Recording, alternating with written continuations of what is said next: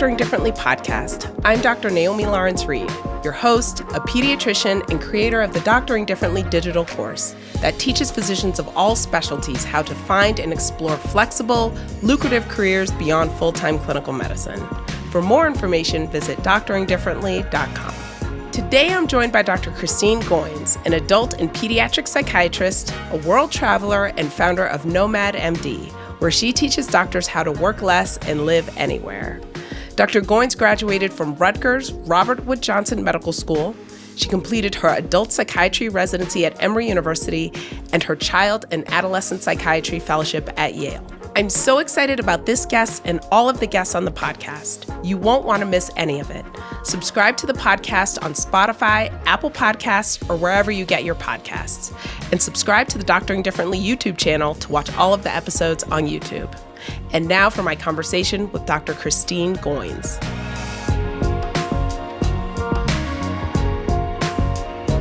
I'm so excited to have Dr. Kristine Goins on the podcast today. Welcome.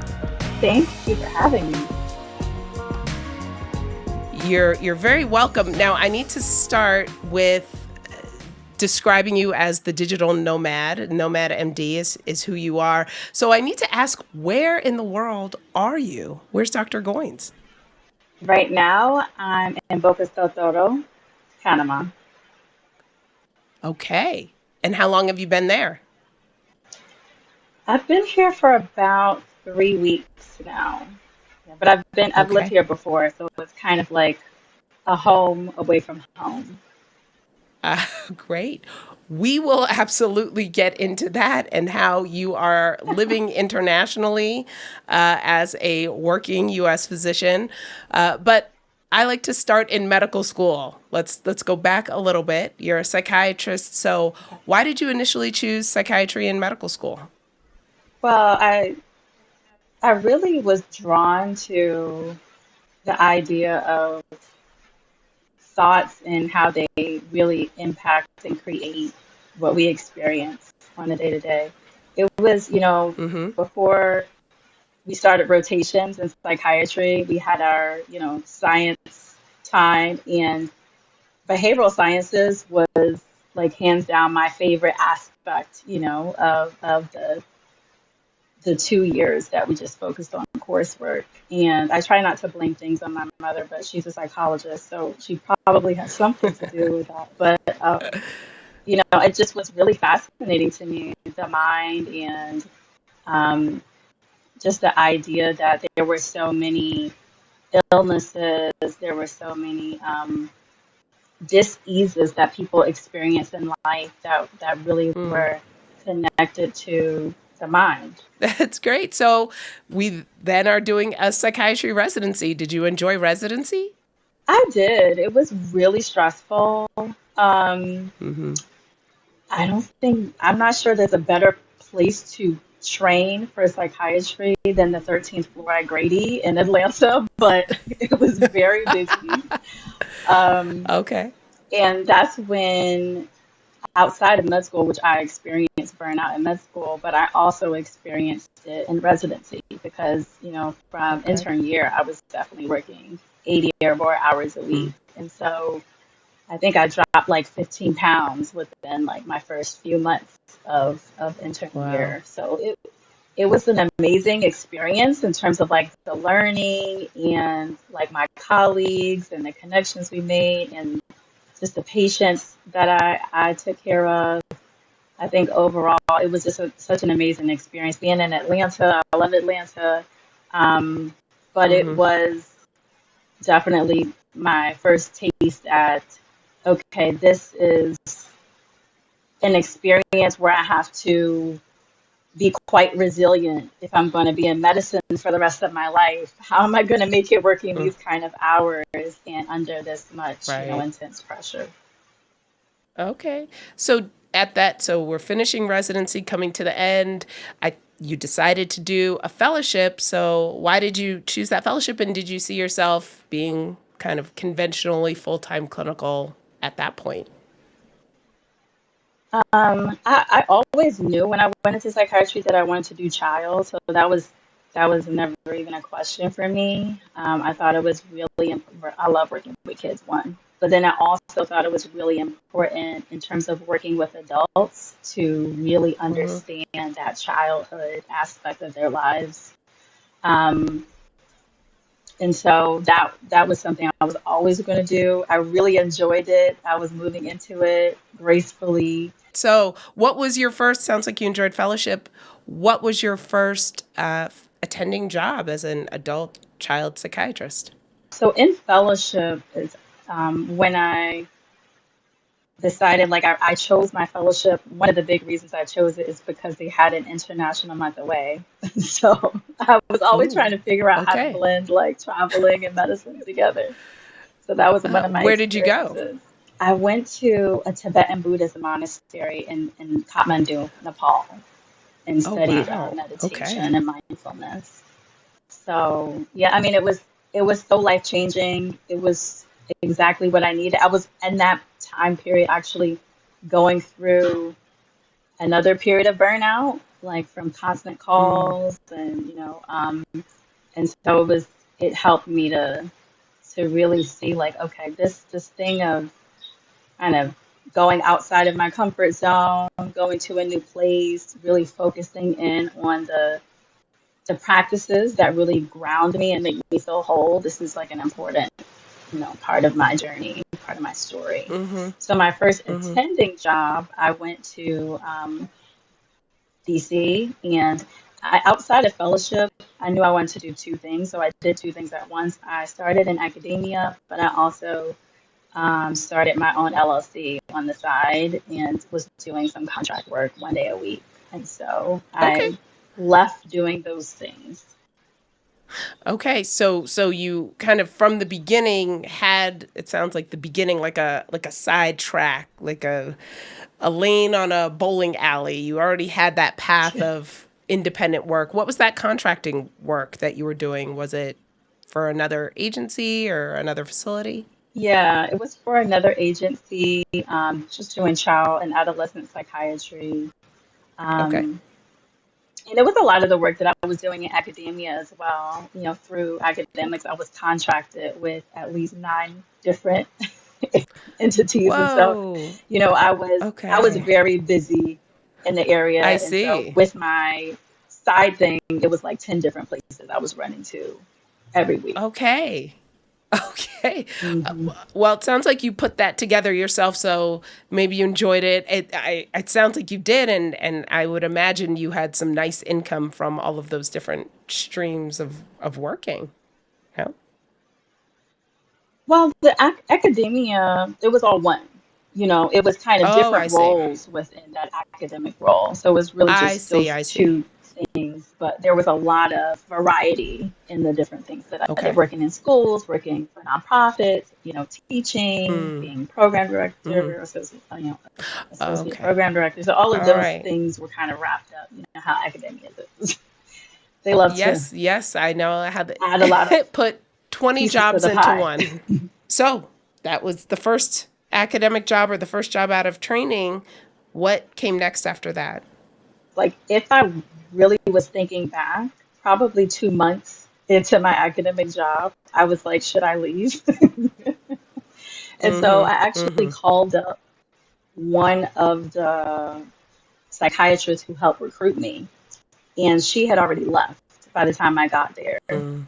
And, I was just honest with her. I said, I'm working at all of these different places. I'm super tired.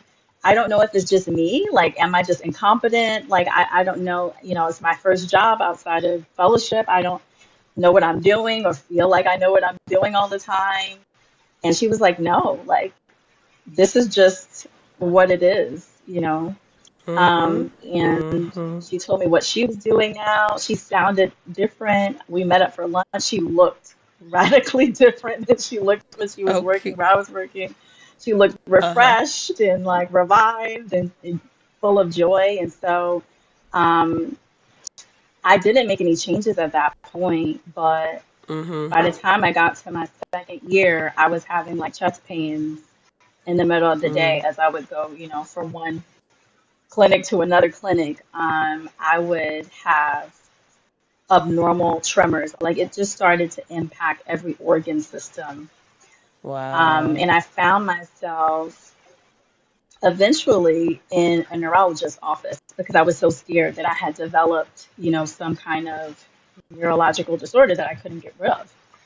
Mm-hmm. And like 5 minutes into my appointment, I'm just like talking about how stressed I am and how stressful work is, and I can't sleep. And he just like cut me off, and he said, "You know what? I'll just prescribe you Lexapro." Mm-hmm. And for me as a psychiatrist, um, it was really disheartening because I felt that this was an approach of, numbing the discomfort that I felt about my own choices in life at that moment, which was to stay at a particular job or in a particular position that wasn't really serving me. It wasn't the totality of what I imagined in life. I really love medicine, psychiatry. I was working with a community that I always wanted to work with since I was a little kid. Um, just doing all the things that I loved, and I thought Mm-hmm. making um, a lot of important contributions. But the more contributions that I made, the more drained and exhausted and just burnt out that I felt. So I really decided at that point that I would book a one-way ticket to Colombia. um, Oh. I kind of geared up to do that. And in the midst, both of my grandmothers died because this is around the time of, Oh, of COVID. sorry. And that really helped Yeah. me to think even more clearly about the importance of time. Sure. You you were the second physician on the podcast this season that is describing the physical manifestations of burnout in your body in terms of your chest pain and the tremors that you're feeling on the heels of kind of that feeling of almost inadequacy. I won't say almost. We all feel that way. I think academics is built that way so that we feel those feelings of I'm never enough. I don't know enough. I never truly feel like I have my feet below me or that I'm a good enough teacher or mentor or physician or clinician or researcher or teacher. We always have that feeling that we're not doing enough. And yes, we're not sleeping keeps us up at night. And it sounds like all of those things came to a head in addition to the loss you had at the time. I'm sorry to hear about that. And then a one-way ticket to Colombia. Now, did you put in resignation or did you walk out the door? How did that go? Well, I bought the ticket just to help me firm up my commitment that I was leaving. Okay. But I put it Okay. 6 months in I the like future. it. I like that. You just said, listen, I'm leaving on this day. The ticket Yeah, is purchased. I need to do what I need to do before that day happens. Okay. I respect yes, that. Okay. yes. Um, and so, yeah, I went ahead and put a meeting on the books to talk to my boss, who's always just been super understanding and just a really great leader in that way. And so, um, it was a good decision. Of course, a Okay. lot of feelings come up. You're Sure. scared. What are people going to say? What are other people going to think? My mother's like, "You're not going anywhere." It's just all of the chatter around Uh-huh. you. But I Mm-hmm. think the most important thing was just talking to myself. You really Yeah. have to do the inner work of just listening to yourself. What is the best path forward, and how could it work instead of like all the millions of reasons why it won't work and why it can't work and what are all the obstacles, but how could this be possible? How could it be Mm, the best decision forward because it's what I want, and from that's there right. just one step at a time. Exactly right. One step at a time. Okay. So you got to Colombia. What did you do there? How long did you stay there? So I had decided when I was leaving that I would change my schedule from working pretty much every day if you count me doing notes all weekend till Monday. Mm-hmm. I would change that to working only 2 days a week. So once I got to Colombia, I was working 2 days a week, just doing my contract work. And I was outside meeting people, studying, the language, swimming, going to the beach, hiking, just doing all the things I Wow. love, yoga. I was just really dedicated to resting, watching sunsets and journaling and just spending time with myself, just really being instead of doing a Mm. whole lot of things. Mm-hmm. Mm-hmm. Okay, how long did you stay in Colombia then? I was there for 3 months. 3 months. Wow. Wow, wow. And you were able to work virtually. It sounds like you did your Yes. telemedicine or your and continued your contracting work, and so we're able to earn income that way. That is okay. All right. So after 3 months, did you come back to the States? Did you go somewhere else? Oh, I never came back to live. My one-way ticket was to leave Oh, the country indefinitely. wow. And And what year was so this? from When was there, this? this was in 2021. Yeah, since I left at that time, I never moved back to the States.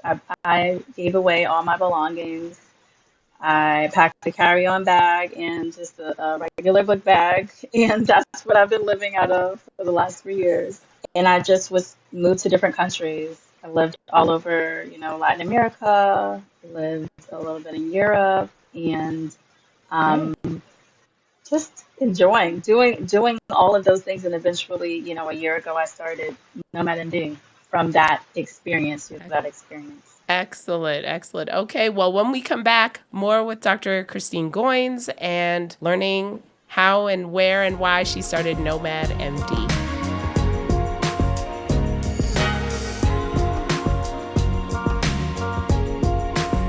Welcome back to the Doctoring Differently podcast. I'm with Dr. Kristine Goins, who explained as she experienced burnout as a child and adult psychiatrist. She moved to Colombia in 2021 and has been working virtually and traveling full time since 2021. At that time, she recently, in the past year, started Nomad MD. So, Dr. Goins, what is Nomad MD and what do you do with your platform? So Nomad MD is a program where I help doctors work less and live anywhere. So it's really about achieving time and location freedom. Is that for, I mean, you as a psychiatrist, I think you have a very unique, I'll say, privilege in terms of often being able to, provide services virtually. But for other specialties and other physicians, what kinds of things would you offer them? So, I really think that there isn't a specialty, a physician who's not able to digitize their expertise in one form or another. Whether Mm-hmm. that's through teaching, medical education, whether it's through coaching, telemedicine, a hybrid of sorts, which some of, my clients who are, anesthesiologists or surgeons, they might be open to doing those type of hybrid models if they really want to keep up some of their more practical kind of work. But there's just such a myriad of things you can do, whether you love locums, whether you want to create a course, whether you want to go the entrepreneurial path and just create something for yourself. Um, Mm-hmm. I tell my clients, there's over 100 things that you could do, whether you're working for someone else or you're working for yourself. And if It's you true. can't find a position that you really love, that you feel really passionate about, you can always create it. And so I think it's That's just right. really opening up the box of, how can you utilize your medical expertise, the skills, the Mm-hmm. talents, and the life experience that you have as an individual to do something that you're really passionate about, whether it's in medicine or whether it's non-clinical as well, or whether you're like me and you like a variety of things and you want to do both. Right. What do you find is physicians' greatest fear or hesitation behind taking such a leap, a step in a new direction in this way? I think a big one is that a lot of our career, we followed algorithms. We kind of follow Mm, what's set out in front of us, like it's this stuff, then it's this stuff, then it's this stuff. The idea of going off the beaten, going on the beaten path and off in some other direction that no one else has, safely gone and said, okay, it's wonderful over mm-hmm. here. This is where you will land. Having to create that Right. path for yourself, I think, is probably the most anxiety provoking aspect for physicians. Not knowing what other people will say, not knowing, the fear of Mm-hmm. failure and That's right. what that would be like, being able to do things a little bit messy and not perfect on the first try, after spending so That's many right. years honing our skills and becoming experts at something to then go a different way where Yes. we might be utilizing our skills, but in a different, in a unique way or approach that maybe we That's right. haven't utilized them before. Or maybe we up level some of our skills or learn some new skills. Like, oh my gosh, I have to learn something new. you know, Mm-hmm. um, and I think that Yeah. for some physicians also, it's thinking about the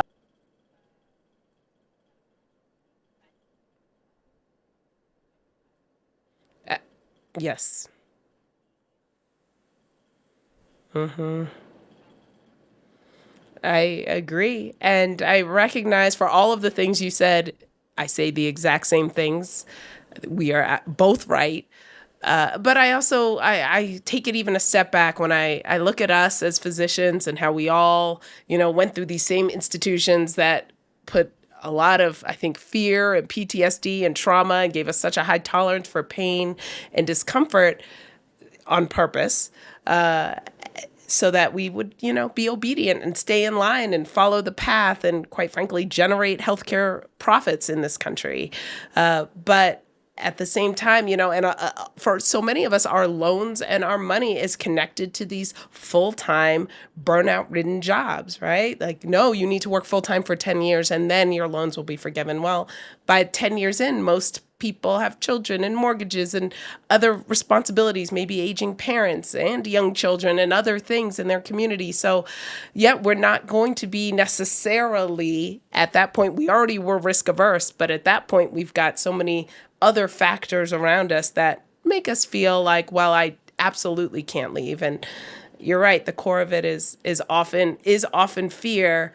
I think that is the core, and that's a lot of what our I think our medical careers are intentionally built on, and that is not our fault. We're not given that permission, or the education, or learning, or knowledge to be able to create careers that serve us and our families and allow us to live how we want for the short amount of time that all of us are on this planet.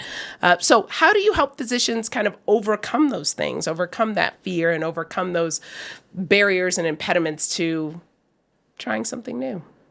yeah. I think it's first really gaining clarity on what it is that they want. To really go in that direction, you have to know what the vision is. And, is the vision truly your vision? Is it a vision from 10 years ago? Is it, what someone else wanted for you? So gaining that clarity is really important. Mm, And I think once you really know what that is, and we kind of work through that piece, then it becomes that taking the first step. And mm, the fear that might come up, the apprehension, some limiting thoughts that might come around taking that first step. In whatever direction it is. Maybe it's, seeking employment that will kind of bridge them from where they are to where they're trying to go. If they're still in corporate or, some entity that's kind of tying them to a role that is not location free, or remote in mm-hmm. any way. Or maybe it's kind of moving into their own entrepreneurial venture, and you as an Mm, entrepreneur know there's a lot of mind work that comes up when you're creating something yeah. new. And so it's Mm-hmm. really getting through that resistance and the fear that comes up. Mm-hmm. Okay. Taking some of those limiting thoughts and flipping them on their head. One that Mm-hmm. that comes up often is fear of financially, not making enough or not having enough money. Right. one of the things that I did when I started also was, instead of having the thought, you know, this is the reason why I can't travel. Finance is the Mm-hmm. reason why I can't travel. I said, well, how Mm-hmm. could traveling actually be the thing that makes me financially free? So, like, Yeah. asking ourselves the questions that actually get us closer to where we want to be. Yeah. So, I think that's a Agreed. part of it. It's having that clear vision, is really making a commitment to where we're going. We made a commitment to Mm-hmm. medicine really early on, Right. and that's what kept us through when we wanted to quit. And I'm sure most Sure. doctors have had a moment when they said, I'm done. Yes. So Yes. I think Yes. having that commitment early on, that was my one-way ticket purchase, like having a commitment to Mm-hmm.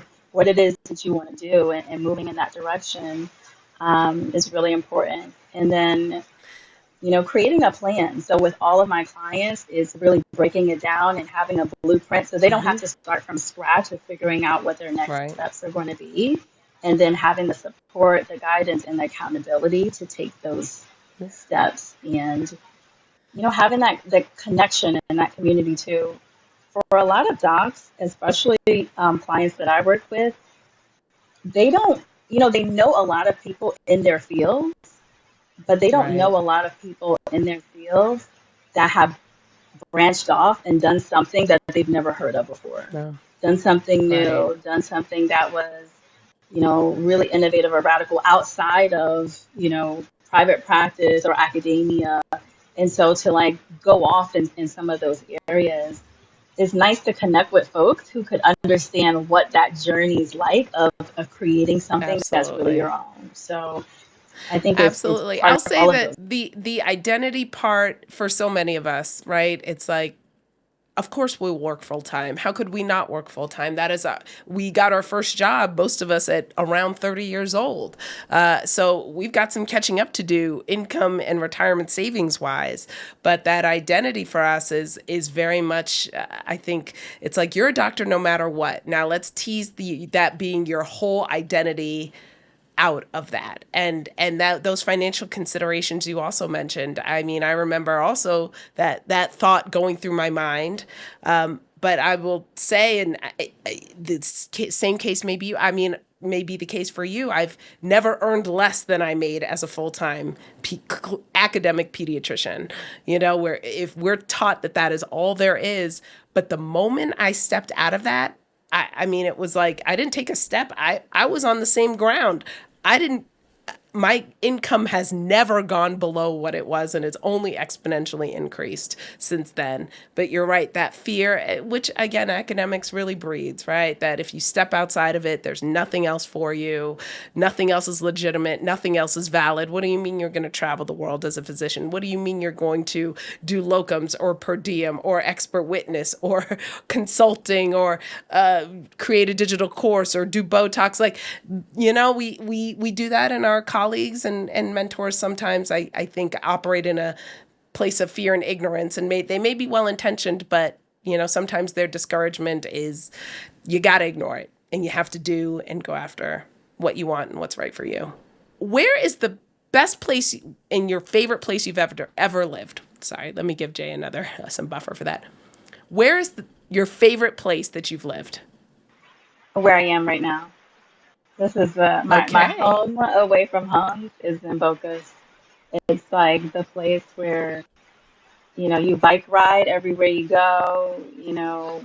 On one side of my house, I have the ocean. On the other side, I have the jungle. It's magical. Hanging out with dolphins and starfish, and just it's That's paradise. But it's also like such a loving community of folks. So it's a beautiful okay. place to be. So I assume you speak Spanish. Yes. Yes. And have you been able to purchase property or purchase homes abroad or outside of the country? I'm in the process of doing some of those deals now, looking for like the best, my ideal contract. But Mm-hmm. yeah, that's part of my next steps in my journey, since Right. I All don't right. plan on coming back. to the US. Now, have you ever considered getting a medical degree or license to practice in Panama or wherever you choose to live? No, I've never really considered that. I think if anything, I would probably, utilize coaching or other aspects that didn't really require a medical degree to just serve Okay, in different areas. sure. How often do you come back to the United States? I probably am back sometimes once every 6 months or so for a few days, Okay. usually for medical Okay. conferences. I go back or to speak, Oh, something like that. Usually my family comes out to visit me, so I oh, usually don't go back to them.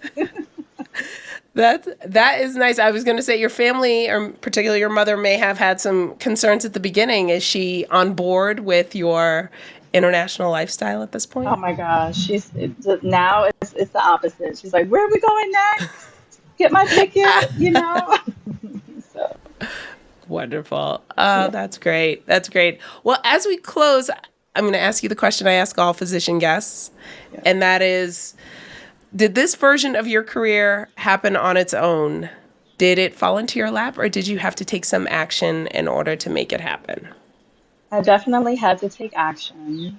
I really don't think that we create our most ideal lives happenstance. I really do think that it takes um, thoughtfulness and commitment and the willingness to make those steps, especially those initial steps to get us in the right Mm-hmm. direction, and to seek help when we need it, guidance and wisdom for others, wisdom from others who have, gone further along the path. And sometimes it's just taking the time to be silent and be with ourselves to Yeah, tap into our inner wisdom, because sometimes there's not other people around us that we know that have even gone the same path that we're that's trying to right. go. And so I think it's important to be able to take those steps and create the lives that That, we really want.